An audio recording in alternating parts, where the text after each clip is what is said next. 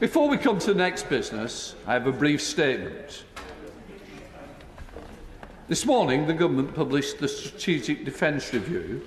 The Prime Minister made a speech and held a press conference in Glasgow, in addition to other media appearances. This shows complete disregard for the House and for the honourable members.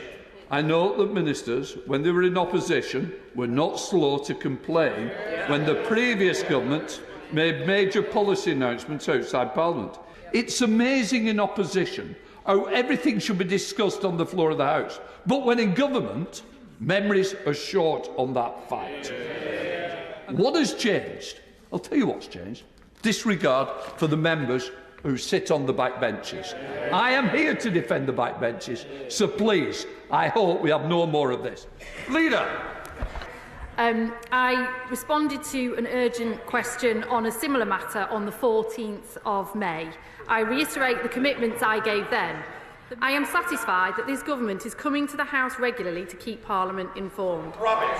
I recognise... Order! I'm not satisfied.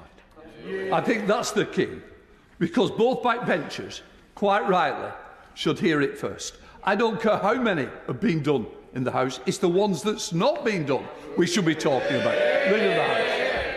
Thank you, Mr Speaker. As I say, it will be made this afternoon by the Dissent Secretary, and I am satisfied. I would point out to colleagues we've got an important second reading debate today, of which there are dozens and dozens of speakers down to speak in.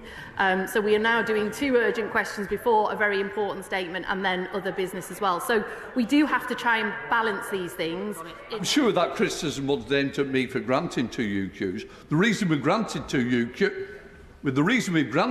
UQs is because we didn't come here with the Strategic Defence Review. Otherwise, we won't be having, and there will be no pressure on time. Jonathan Davis.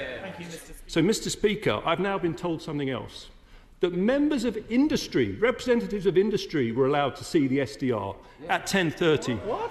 This is a multi-billion-pound industry. That's highly market-sensitive, Mr Speaker. I'm very disappointed that if industry have seen this Strategic Defence Review, members of this House, members of the Select Committee of Defence haven't seen it. There is something fundamentally gone wrong here. I really do believe we need the answers. And it might be worth, and it's up to the leader, I'm not under pressure, that she goes away, gets some answer, comes back to the House. The fact that journalists have been allowed to see it, but defence people who's got skin in the game before MPs here, I am very, very concerned.